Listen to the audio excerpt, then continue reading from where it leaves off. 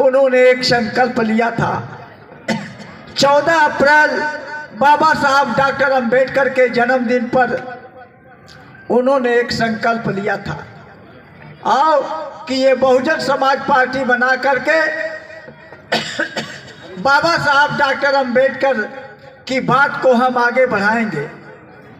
और इसी तरह से आज माननीय बहन कुमारी मायावती जी का जन्मदिन है, तो आज हम लोगों को ये संकल्प लेना पड़ेगा कि आने वाले 2024 के जो लोकसभा के चुनाव हैं उसमें हम अपने ज़्यादा से ज़्यादा उम्मीदवार जिता करके बहन कुमारी मायावती जी के हाथों में इस देश की मास्टर किल्ली को सौंपना है।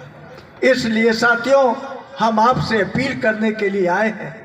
माननीय बहन कुमारी मायावती का जीवन बहुत ही संघर्षमय रहा है। आप लोगों ने देखा है, मैं तो उनके साथ लगातार 6-7 साल रह करके उनके संघर्षों को देखा है।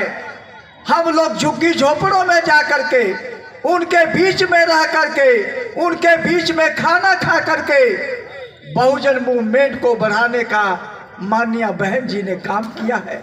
ये मैंने अपने आंखों से देखा है, साथ चल करके देखा है। तो उनका संघर्ष भी कोई आसान नहीं है। हमारे साथियों ने कहा कि बहन कुमारी मायावती जी एक ऐसी उम्र में, जिस उम्र में कोई भी भाई बहन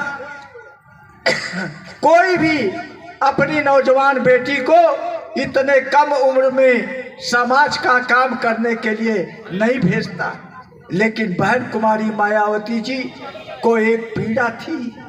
बाबा साहब डॉक्टर अंबेडकर के बारे में जब जानकारी हुई और जब मान्यवर कांशीराम साहब से उनका साक्षात्कार हुआ, तब उन्होंने ये संकल्प ले लिया।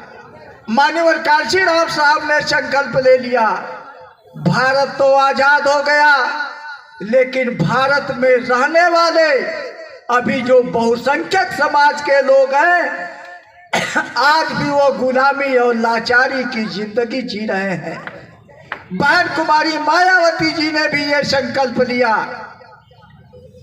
कि आज हमारा ये समाज पूरी तरह से गुलाम है।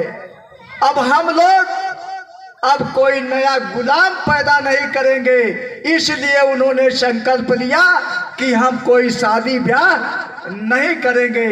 तो इसलिए साथियों, मैं आपसे कहना चाहता हूं कि ये बहुत बड़ा संकल्प है। तो आज हम लोगों को भी एक संकल्प लेना होगा, क्योंकि हमारा ये देश, जिसको बाबा साहब डॉक्टर अंबेडकर ने 26 जनवरी 1950 को एक संविधान दिया,